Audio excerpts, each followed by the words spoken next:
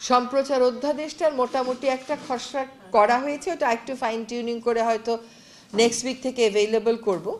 Media কমিশনের যেটা একটা দাবি আছে, সেই মিডিয়া কমিশনটার মধ্যেই সাংবাদিকদের সুরক্ষার বিধান রেখে হয়তো একটা খসড়া করে দিয়ে যেতে পারবো।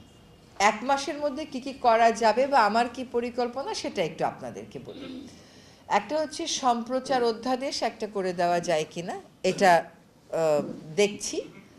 আর হচ্ছে মিডিয়া কমিশন, সেটার একটা খসড়া যার মধ্যে সাংবাদিক সুরক্ষার বিধানটা থাকবে, এ দুটো চূড়ান্ত করা যায় কিনা এটা দেখব। একটা আইন চূড়ান্ত করতে স্টেক হোল্ডার কনসালটেশন লাগে, ওয়েবসাইটে দিয়ে জনগণের মতামত নিতে হয়, তারপরে আইনটা মন্ত্রী পরিষদে পাশ হলে, উপদেষ্টা পরিষদে পাশ হলে ল মিনিস্ট্রি ওটা ভেটিং করে তারপরে ওটা গেজেট নোটিফিকেশন হয়। কাজে সেটার সময় আমাদের হাতে খুব কম, তারপরেও আপ্রাণ চেষ্টা করা যা হচ্ছে এই দুটা কাজ অন্তত এগিয়ে নিয়ে যেতে। আপনারা যে দাবিগুলোর কথা বলেছেন এইগুলো একটাও অযৌক্তিক না, সবগুলোই যৌক্তিক এবং সবগুলোই করা হয়তো সম্ভব ছিল যদি আমার হাতে সময় থাকতো, কিন্তু আমার হাতে সময় নেই। তবে 5 নম্বর গেট দিয়ে আপনারা ঢুকতে পারবেন কিনা এই সিদ্ধান্ত আমরা দিব না। আমরা অনুরোধ করতে পারবো স্বরাষ্ট্র মন্ত্রণালয়কে, এবং প্রয়োজনে আপনাদেরকে নিয়ে গিয়েও আমি হয়তো অনুরোধটা করতে পারি। এটা কিছু কিছু বাড়তি নিষেধাজ্ঞা বা স্বরাষ্ট্র মন্ত্রণালয়ের অনুমোদন লাগবে, এই কথাগুলো তখন এসেছিল যখন এখানে আগুন লাগার ঘটনা ঘটলো। তখন কেবল যে সাংবাদিকের উপর একটা বাড়তি শর্ত দেওয়া হয়েছিল তা না, সাধারণ মানুষের প্রবেশের মধ্যেও কিন্তু বেশ কড়াকড়ি আরোপ করা হয়েছিল।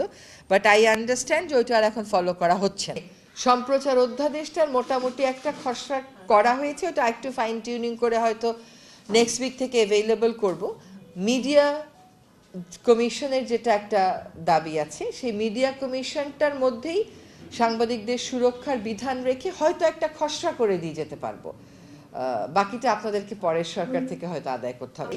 পেশাদার সাংবাদিকেরা কারা কার্ড পাচ্ছেন না সেটা যদি আমাকে তালিকা দেন, আমি বরং সেই সমস্যাটার সমাধান করার চেষ্টা করি। কারা কার্ড পাচ্ছে, তারা পাচ্ছে, তাদেরকে তো আমার আটকানোর প্রয়োজন নেই, কিন্তু কারা কার্ড পাচ্ছে না যদি সেরকম তালিকা থাকে সেটা দেন, সেটা আমি দেখার চেষ্টা করছি। আর ঘরের কথা বলছেন, এটাও গণপুর থেকে বলবো, এটা একটা আসলে আমার করার বিষয় না, বাট আমার পারসুয়েশনের হয়তো একটা জায়গা আছে, সেটা আমরা ফুলফিল করার চেষ্টা করব। আপনাদের কাছে আমারও তো একটা দাবি আছে, যেটা আমি না বললেও হয়তো আপনারা করবেন, কারণ এখন সময়টা তাই। সেটা হচ্ছে যে গণভোটের বিষয়টা একটু প্রচার করতে হবে। তো গণভোটে আসলে কি কি প্রস্তাবনা আছে, কেন মানুষকে এটাতে অংশগ্রহণ করতে হবে, গণভোটের ইমপ্লিকেশন কি, এটা নিয়ে একটু ইতিবাচকভাবে যদি আপনারা প্রচারণা করেন, মানুষ কিন্তু এটা দেখে, আপনাদের টকশোগুলো দেখে শোনে, সরকারের কাছে কিছু বার্তা রেডি আছে, সরকারের একটা ন্যারেটিভ আছে, আপনারা সেটা আমাদের কাছ থেকে একটু নিয়ে নেবেন। এবং মানুষকে আসলে উদ্বুদ্ধ করতে হবে, মানে মানুষ খুবই চায় ভোট দিতে, কিন্তু তারপরে ভোট যাতে দিতে না পারে একটা ভয়ভীতি দেখানোর টেন্ডেন্সি আছে, এটাকে আমাদেরকে ওভারকাম করতে হবে। তো একসাথে as a nation will have to overcome ইট। হ্যাঁ, তো এটা আমার একমাত্র অনুরোধ থাকলো আপনাদের কাছে। আর হচ্ছে যে আইন দুটো আমি চেষ্টা করব আমার টিমকে নিয়ে যতটা সম্ভব ততটা এগিয়ে যাওয়া।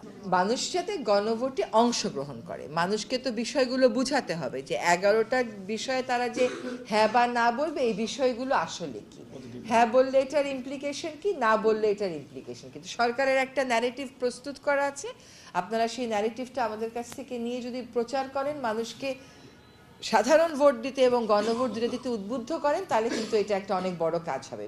সংস্কার কমিশন যখন কাজ করেছে, গণমাধ্যমগুলো সেটা তো প্রচার করেছে, সংস্কার কমিশনের আলাপ আলোচনা সরাসরি সম্প্রচার করা হয়েছে, তাদের রিপোর্ট ছাপানো হয়েছে, কিন্তু এখন হচ্ছে মানুষকে উদ্বুদ্ধ করা।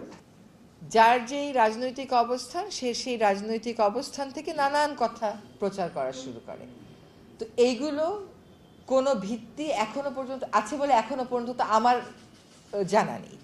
প্রথম কথা হচ্ছে নির্বাচনের পরিবেশ গ্রহণযোগ্য কিনা, এটা আপনি কয়েকটা আঙ্গিকে দেখতে পারেন। একটা হচ্ছে নির্বাচন পরিচালনার জন্য যে কাজগুলো অন্য সকল নির্বাচনে নির্বাচন কমিশন করে, সেই কাজগুলো করা শুরু হয়েছে কিনা, সেই কাজগুলো যথাযথভাবে চলছে, মনোনয়নপত্র যাচাই বাছাই করা হচ্ছে এবং প্রার্থীরা বিভিন্ন দলের খুবই আগ্রহ উৎসাহ নিয়ে এগুলোও মনিটর করছেন, কোথাও কোনো ব্যত্যয় হলে তারা সে কথাগুলো বলছেন। ফলে নির্বাচনের যে প্রক্রিয়া, নির্বাচন কমিশন থেকে শুরু করা, সেই প্রক্রিয়া শুরু করা হয়েছে। এখানে মানুষকে উদ্বুদ্ধ করতে সংস্কৃতি মন্ত্রণালয় এবং তথ্য মন্ত্রণালয় একসাথে কাজ করছে। বিভিন্ন প্রচার মাধ্যমে, আই ডোন্ট মিন মিডিয়া মাধ্যমে, বাট বিভিন্ন টুল ব্যবহার করে মানুষকে উদ্বুদ্ধ করা হচ্ছে। যেমন ভোটের গাড়ির উদ্বোধন করা হয়েছে।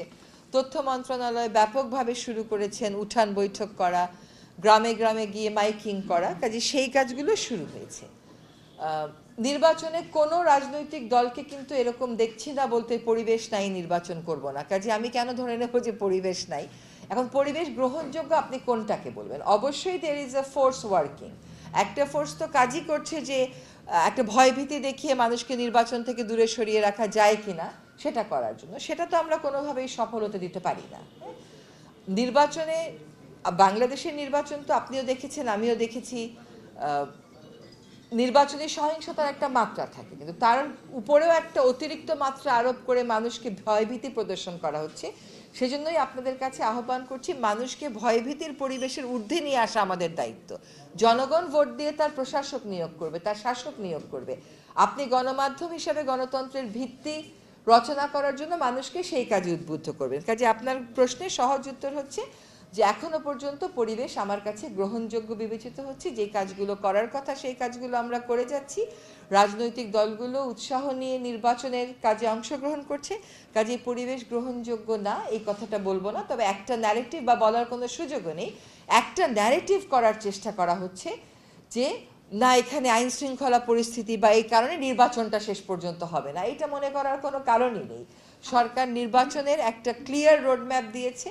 নির্বাচনের, সাধারণ নির্বাচনেরও ক্লিয়ার রোডম্যাপ আছে, আপনার গণভোটেরও ক্লিয়ার মেসেজগুলো আছে।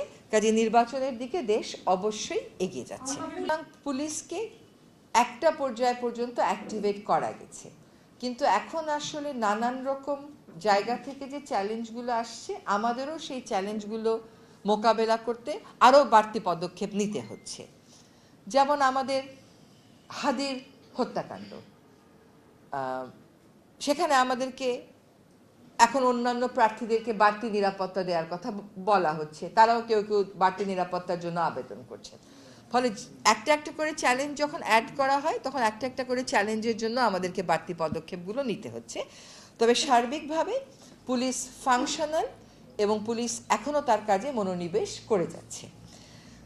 যদি আইপিএলের কথায় আসে, বিষয়টা হচ্ছে যে খেলাটা যদি খেলার জায়গায় আমরা রাখতে পারতাম খুবই ভালো হতো, কিন্তু আনফর্চুনেটলি খেলাটার মধ্যে রাজনীতি নিয়ে আসা হয়েছে। অন্যান্য সময় আমরা কি বলি, দুইটা দেশের মধ্যে যদি রাজনৈতিক টেনশন থাকেও, যে কোনো দুটা দেশ, আমি বাংলাদেশ ভারত, বাংলাদেশ নেপাল এরকম বলছি না, ভারত নেপাল, ভারত মালদ্বীপস এটা বলছি না, বলছি দুইটা দেশের মধ্যে যদি রাজনৈতিক টেনশন থাকেও বলে যে সাংস্কৃতিক এক্সচেঞ্জ, খেলাধুলা এগুলোর মাধ্যমে এটা কমিয়ে আনা যায়। এখানে দেখা গেল সম্পূর্ণ উল্টো কাজটা করা হয়েছে। বাংলাদেশের একটা খেলোয়াড়কে নিশ্চিত করার পরে তাকে রাজনৈতিক যুক্তিতে, যেটা আমরা পত্রপত্রিকায় দেখেছি, বলা হচ্ছে যে ওকে নেওয়া হবে না। তো এইরকম সিদ্ধান্তের প্রেক্ষিতে আমাদের দেশের জনগণেরও তো মনে একটা আঘাত লাগে, তাদের মধ্যেও একটা প্রতিক্রিয়া হয়। সেরকম জায়গায় আমাদেরকেও একটা অবস্থান নিতে হবে। আমরা সেই অবস্থানের আইনগত ভিত্তি এবং প্রক্রিয়া যাচাই বাছাই করছি এবং করার পরে আমরা একটা বিফিটিং পদক্ষেপ গ্রহণ করব। আমি মনে করি না এটার সাথে অর্থ উপদেষ্টা মহোদয় যেটা বলেছেন সেটা কনফ্লিক্টিং হবে, কারণ এখানে একটা সিচুয়েশন আমার জন্য তৈরি করা হয়েছে, আমাকে সেটার বিরুদ্ধে একটা ব্যবস্থা নিতে হবে, সেটার ব্যাপারে একটা ব্যবস্থা নিতে হবে। আমার তো চুপ করে বসে থাকার উপায় নেই।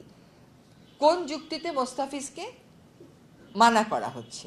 খেলোয়াড়ই কোনো যুক্তিতে মানা করা হলে তো কোনো ব্যাপার ছিল না, যে যুক্তিতে মানা করা হচ্ছে সেই যুক্তিটা তো আসলে আমরা কোনোভাবেই গ্রহণ করতে পারি না। ফলে সেখানে আমাদেরকে একটা প্রতিক্রিয়া দেখাতেই হচ্ছে।